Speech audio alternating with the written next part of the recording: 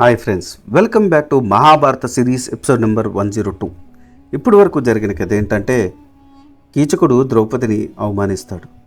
అందులో భాగంగా ద్రౌపది చాలా బాధపడుతుంది. తనకి నిద్ర పట్టక అదే రోజు భీముడిని వంటశాలలో కలుస్తుంది. అక్కడ భీముడితో వారిస్తుంది. భీముడు తర్వాత రోజే కీచకుడిని చంపుతానని వాగ్దానం చేస్తాడు. అందులో భాగంగా కీచకుడిని నర్తనశాలకు రమ్మని చెప్పమంటాడు. ఆ తర్వాత ఏం జరిగిందో తెలుసుకోవాలనుకుంటే ఈ వీడియోని స్కిప్ చేయకుండా లాస్ట్ వరకు చూడండి. ద్రౌపది భీముడి దగ్గర నుంచి వెళ్ళిపోయింది. మరునాడు సూర్యోదయం అయింది. కీచకుడు నిద్రలేశాడు. కాలకృత్యాలు నిర్వర్తించాడు. అతనిలో ద్రౌపది మీద మదనావేశం పెళ్ళుబిక్కింది. చక్కగా అలంకరించుకున్నాడు. ద్రౌపది కోసం సుదేశన అంతఃపురానికి వెళ్ళాడు. శైరేంద్రని చూశాడు. మనసు చలించింది. ధైర్యాన్ని వివేకాన్ని కోల్పోయాడు. ఆమె దగ్గరగా వెళ్ళాడు. భీముడు చెప్పిన మాటలను మననం చేసుకుంది ద్రౌపది. కీచకును చూసి చూడనట్టుగా నటించింది. మాలిని, ఏమి ఈ తిరస్కారము? నన్ను మోహించడం ఇష్టం లేదా, లేక అసలు మగాళ్ళంటేనే ఇష్టం లేదా? మాలిని, నా సంపదలకు నీవే రాణివి. ఈ రాజ్యాన్ని ఏలు విరాటుడు పేరుకు మాత్రమే రాజు. నేనే అతనికి ఇంత కూడా పెడుతున్నాను. ఈ దేశంలో రాజ్యతంత్రము నేనే నడుపుతున్నాను. ఈ రాజ్యంలో ప్రజలందరూ నన్నే రాజుగా ఆదరిస్తున్నారు. నేను ఎవరినైనా కోరుకుంటే వారు నా ఆధీనం కావాల్సిందే. కాదనే ధైర్యం ఎవరికీ లేదు అని పలికాడు కీచకుడు. ద్రౌపది కొంచెం మెత్తబడినట్లు నటించింది. వద్దని ఎంత చెప్పినా వినకుండా నా మీద పడ్డావు. అది భావ్యమా? నీ హృదయం మన్మతాపానికి గురైనట్లు ఎదుటివారి చిత్తములు కూడా మన్మతాపానికి గురవుతాయి కదా. మీరు పురుషులు బయటపడతారు, కానీ మగోలు తమ మోహాన్ని ధైర్యం చేసి బయటపెట్టరు. కాబట్టి కీచక, నీవు రహస్యంగా నీ కోరిక తీర్చుకునుము అని పలికింది ద్రౌపది. కీచుకుని హృదయం ఆనందంతో పొంగిపోయింది. మాలిని, నీ మనసు తెలుసుకున్నాను. మరి నా కోరిక ఎప్పుడు ఎలా తీరుస్తావో చెప్పు అని అన్నాడు కీచకుడు. ఈరోజు రాత్రికి ఒంటరిగా నర్తనశాలకు రండి అని పలికింది ద్రౌపది. మాలిని, నీ అనుమతి ప్రకారం చేస్తాను. ఒంటరిగా నర్తనశాలకు వస్తాను. ఇది నిశ్చయము. ఈ మాట మీద ఉండు అన్నాడు కీచకుడు. నీవు ఒక్కడివే రావాలి, లేకపోతే నేను వెళ్ళిపోతాను. ఇది నిక్కము. మనం ఇద్దరం ఇక్కడ ఉండటం భావ్యం కాదు. మీరు వెళ్ళిపోండి అని అంది ద్రౌపది. కీచకుడు వెళ్ళగానే ద్రౌపది వంటశాలకు వెళ్ళింది. నా పని నేను పూర్తి చేశాను. ఇంకా మీ పని మీరు పూర్తి చేయండి. ఈరోజు రాత్రికి ఆ కీచకుని చంపాలి. మీ ఇష్టం ఎలా చేస్తారో చేయండి అని పలికింది ద్రౌపది. అది సరే, నీవు ఆ కీచకుడు ఏం మాట్లాడుకున్నారో చెప్పు అని అన్నాడు భీముడు. జరిగినదంతా చెప్పింది ద్రౌపది. ఆ మాటలకు భీముడు పరమ ఆహ్లాదం పొందాడు. ద్రౌపది, ఇంక చాలు, ఆ కీచకుని మీద పగ తీర్చుకుంటాను. కానీ వాడు నీవు చెప్పినట్టు వస్తానంటావా, లేక తెలివి తక్కువగా అందరికీ చెప్తాడా? అయినా అలా ఎందుకు చేస్తాడు? నీవు నర్తనశాలకు ఒంటరిగా రమ్మని చెప్పినప్పుడు వాడి మోహంలో సంతోషం చూశావు కదా. వాడు నర్తనశాలకు తప్పక వస్తాడు.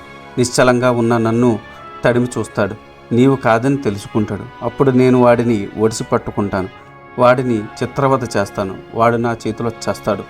నీవు నిశ్చింతగా ఉండు ద్రౌపది అన్నాడు భీముడు జరగబోయేది వివరిస్తూ. భయపడింది. కోపావేశంలో గుట్టు బయటపడి అజ్ఞాతవాస భంగం అవుతుందేమో అని అనుమానించింది. అయ్యో, నీ కోపావేశంలో రహస్యాన్ని బట్టబయలు చేయకండి. తర్వాత ధర్మరాజు తదితరులు అజ్ఞాతవాస భంగం చేసినందుకు మనల్ని నిందిస్తారు. అజ్ఞాతవాస భంగం కాకుండా గుట్టుగా కీచుని చంపడమే మన ప్రయత్నం. అలా కాకపోతే వద్దు అంది ద్రౌపది. అబ్బా, ఇన్ని ఆంక్షలు పెడితే ఎలాగ ద్రౌపది? వాడు ఎదిరించి నిలబడితే ఇది గుట్టుగా చెయ్యాలి, ఇది బహిరంగంగా చెయ్యాలి అని ఎలా ఆలోచించగలం చెప్పు. అయినా నువ్వు చెప్పిన మాటలు మనసులో పెట్టుకుంటాను. రహస్యంగానే చంపడానికి ప్రయత్నిస్తాను. సరేనా అన్నాడు భీముడు. సుదేశన నా కోసం వెతుకుతూ ఉంటుంది. నేను వెళ్తాను అని ద్రౌపది వెళ్ళిపోయింది. కీచకుడు తన మందిరంలో విరహ బాధను అనుభవిస్తున్నాడు. ఎంతకో రాత్రి కాలేదేమో అని పరితపిస్తున్నాడు. కీచకుడికి అనుమానంగానే ఉంది. మాలిని తన చెప్పినట్టు నర్తనశాలకు వస్తుందా? ఒకవేళ వచ్చినా నా కోరిక తీరుస్తుందా? రాత్రిలోగా ఆమెను మనసు మారుతుందా? నిజంగా ఆమెకు 5 గంధర్వులు భర్తలుగా ఉన్నారా? మాలిని నర్తనశాలకు వచ్చేటప్పుడు సుదేశన ఏమైనా పని చెబుతుందా? ఒకవేళ మాలిని రాకపోతే నేను ఈ మదన తాపాన్ని తట్టుకోగలనా? మాలిని లేకుండా నేను బతకగలనా? అయినా ఆ సుందరి రాకుండా ఎలా ఉంటుంది? అంత కఠినాత్మురాలా? నాలో ఇంత కామాన్ని రేపిన మాలినికి అక్కడ మనసు ఎలా నిలుస్తుంది? అసలు నేను ఇంత విరహ వేదన అనుభవించడం ఎందుకు? నేనే వెళ్ళి మాలిని ఈడ్చుకొని వచ్చి అనుభవిస్తాను అని పరిపరి విధాలుగా ఆలోచిస్తున్నాడు కీచకుడు. విరహ వేదనతో వేగిపోతున్నాడు కీచకుడు. ఉద్యానవనంలో విహరిస్తున్నాడు. తొందరగా అస్తమించనందుకు సూర్యుడిని నిందిస్తున్నాడు. నా కొరకు బ్రహ్మ ఈ రోజంతా పగలే గాని రాత్రి లేకుండా చేస్తాడా అని అనుమానపడ్డాడు. ఎప్పుడు అస్తమిస్తాడు అని సూర్యుడి వంక చూస్తున్నాడు. ఎట్టకేలకు సూర్యాస్తమయం అయింది. చీకట్లు ఆవరించాయి. చంద్రోదయం అయింది. ద్రౌపది సమయం కోసం ఎదురు చూస్తూ ఉంది. బాగా పొద్దుపోయింది. చంద్రుడు కూడా అస్తమించాడు. చీకట్లు దట్టంగా ఆవరించాయి. ద్రౌపది తన మందిరం నుండి బయలుదేరి భూమిని వంటశాలకు చేరుకుంది.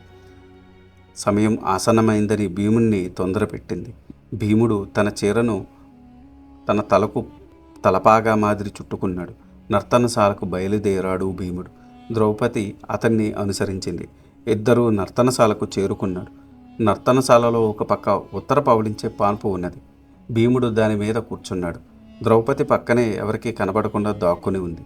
ఇంతలో కీచకుడు బాగా అలంకరించుకొని మద్యము సేవించి మత్తుగా నర్తనశాలకు సమీపించాడు.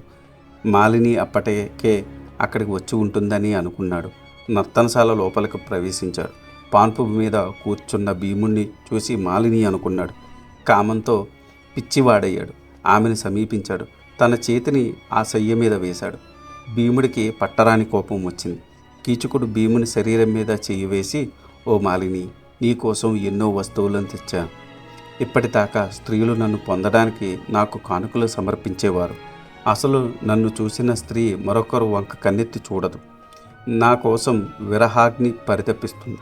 అలాంటి నన్ను నువ్వు ఆకర్షించావు. నీకోసం నేను పరితపిస్తున్నాను. ఇంతకంటే నేను ఏమి చెప్పగలను అని అన్నాడు కీచకుడు. భీముడు కూడా స్త్రీ సహజమైన కంఠస్వరంతో, మిమ్మల్ని మీరు పొగుడుతుకుంటున్నారు, కానీ నాలాంటి స్త్రీ మీకు దొరుకునా? నీ శరీరానికి నా శరీరం తగిలినప్పుడే కలిగే అనుభూతి ఏమిటో నువ్వే తెలుసుకుంటావు. నన్ను ఒకసారి తాకిన తర్వాత నీకు మరో స్త్రీని తాకే అవకాశం ఉండదు. నన్ను తాకినందుకు ఫలం ఇప్పుడే అనుభవిస్తావు అంటూ తటాలను పైకి లేచాడు. కీచకుని జుట్టు పట్టుకొని వంచాడు. మాలిని భర్త గంధర్వుడు వచ్చాడు అని అనుకున్నాడు కీచకుడు. భీముని పట్టు విడిపించుకొని భీముని బలంగా నేల మీద పడవేసి మోకాల అదిమాడు. ఇరువురి మధ్య భయంకరమైన పోరు సాగింది. ఒకరిని మించి ఒకరు బాహువులతో యుద్ధం చేస్తున్నారు. ఇద్దరిలో ఒక విధమైన భయం ఉంది. తాను ఇక్కడ ఉన్నట్టు ఎవరికైనా తెలిస్తే పరుగు పోతుందని కీచకుడు, తన విషయం తెలిస్తే అజ్ఞాతవాసం భంగం కలుగుతుందని భీముడు మనసులో భయపడుతూనే ఎక్కువ చప్పుడు చేయకుండా ద్వంద్వ యుద్ధం చేస్తున్నారు. క్రమక్రమంగా భీముడి శక్తి పెరుగుతూ ఉంది. కీచకుని శక్తి సన్నగిల్లిపోయింది. ఈ విషయం తెలుసుకున్న భీముడు విజృంభించాడు. కీచకుని ఒడిసి పట్టుకుని అతని ఆయుపట్టులో దారుణంగా పొడిచాడు. ఆ దెబ్బకు కీచకుడు విలవిలా తన్నుకున్నాడు. భీముడు కీచకుని వికృతంగా చంపాలని అన్నాడు. కీచకుని తలను, కాళ్లను, చేతులను, అతని మొండని జొప్పించాడు. కీచకుని నేల మీద పడవేసి నలిపి పొర్లించి ఒక మాంసం ముద్దగా చేశాడు. కీచకుడు చనిపోయాడు. భీముడు ద్రౌపదిని పిలిచాడు. ద్రౌపది కీచకుని శవాన్ని ఆనందంతో ఆశ్చర్యంతో చూసింది. కీచక, ఇందుక ఈ సుఖం పొందడానికేనా ఇంత పని చేశావు అని అనుకుంది. ద్రౌపది, నేను అనుకున్నది చేశాను. నీ అవమానాన్ని, పరితాపాన్ని పోగొట్టుకున్నాను. నీ కోపం శాంతించిందా? నీకు సంతోషం వేసేనా? నా భుజబలం ఏమిటో తెలిసిందా? ఎవరైనా దుర్బుద్ధితో నిన్ను పొందడానికి ప్రయత్నిస్తే వారికి చావు తప్పదు అని అన్నాడు. భీముణ్ణి మాటలు విని ద్రౌపది మనసంతా ఆనందంతో నిండిపోయింది. నిన్న కొలువులో నన్ను కీచకుడు అవమానించాడు. నీ నిగ్రహం ఎంతో కొనియాడదగినది. ఈరోజు నర్తనశాలలో పరుల కంట పడకుండా, మరొకరి సాయం కోరకుండా కీచకుణ్ణి వధించావు. నీ సాహసం, పరాక్రమం అపూర్వం, అనితర సాధ్యం. నిన్ను అభినందించడం నా తరమా భీమసేన అంది ఆరాధనాపూర్వకంగా. ద్రౌపది పలికిన ఆ పలుకులు విని భీముడు ఎంతో పొంగిపోయాడు. ఇంతలో అతనిలో వివేకం మేలుకొంది. ద్రౌపది, ఇక్కడ ఇంకా ఆలస్యం చేయడం మంచిది కాదు, నేను వెళ్తున్నాను అంటూ వడివిడిగా వంటశాల వైపు వెళ్ళాడు. ఆ ప్రకారం భీముడు కీచకుడిని వధించిన ఘట్టాన్ని వైశంపాయనుడు జన్మేజయుడికి వివరించాడు. ఇది ఈనాటి వీడియో. ఆ తర్వాత ఏం జరిగిందో తెలుసుకోవాలనుకుంటే మీరు నా నెక్స్ట్ వీడియో కోసం వెయిట్ చేయాల్సిందే. దానికన్నా ముందు నాదొక చిన్న రిక్వెస్ట్. నేను చేసే ఈ మహాభారత సిరీస్ వ్యాస భారతం నుండి కవిత్రయం అంటే నన్నయ్య గారు, తిక్కన గారు, ఎర్రాప్రగడ గారు, తెలుగులోకి అనువదించారు.